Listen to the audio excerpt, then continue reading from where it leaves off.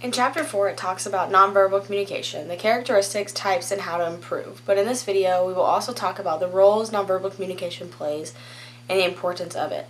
Nonverbal communication involves messages expressed without words. It resembles verbal communication in some ways, but also in different from verbal communication.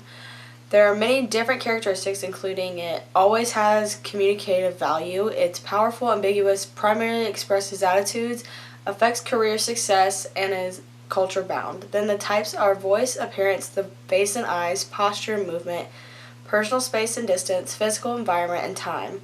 Improving your nonverbal is monitoring your nonverbal behavior, demonstrate interest in others, and observe conventions. Words aren't the only way that we communicate. There are 9 different types of nonverbal communication. Those types include facial expressions, gestures, paralinguistic, body language, and posture, proxemics, eye gaze, haptics, appearance, and artifacts. Facial expressions include emotions like happiness, confusion, sadness, surprise, anger, excitement, disgust, fear, desire, and contempt. These expressions can help us determine if we trust or believe what someone is saying. Gestures include waving, pointing, uses fingers to indicate numbers, and how we talk with just using our hands.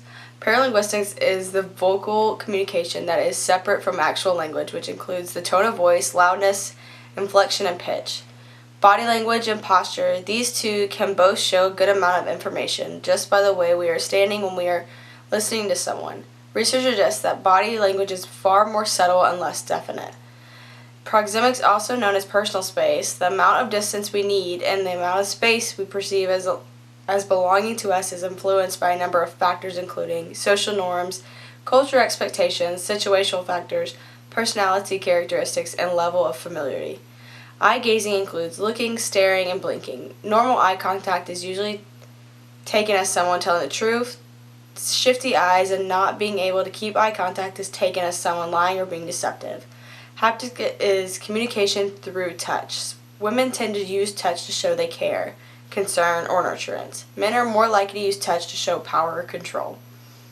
Appearance includes choice of color, clothing, hairstyles, etc. Like, for instance, different colors can represent different moods.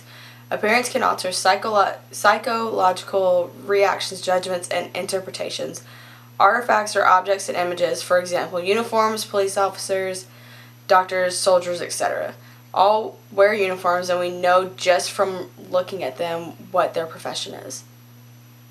Nonverbal can play 5 roles: repetition, contradiction, substitution, complementing, and assenting. Repetition is when it repeats the message you're making verbally.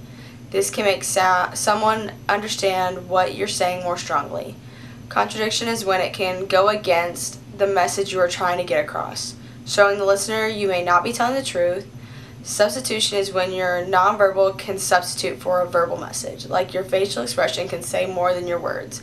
Complementing is when the nonverbal message complements or adds to the verbal message, then the last one is assenting. This is when you add something extra to your verbal message, for example, pounding on the table if you're angry. The importance of nonverbal communication. Peter Guber said that language is more recent technology. Your body language, your eyes, your energy will come through to your audience before you even start speaking.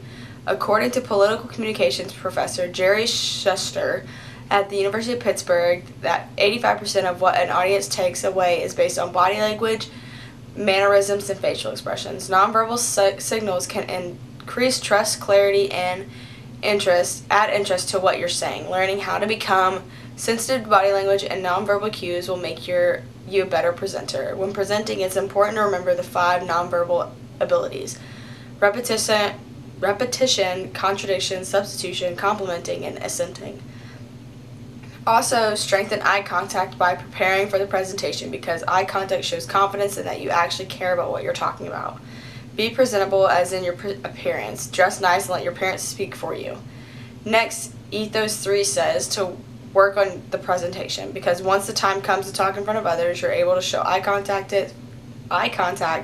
facial expressions, work with your tone of voice, and your posture and gesture.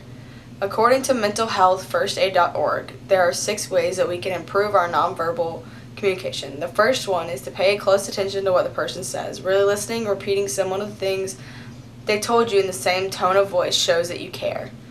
Next is to maintain comfortable eye contact. Don't avoid eye contact, but do avoid staring. Maintain an open body position. Avoid crossing your arms over your body. Being open shows that you are open to listening.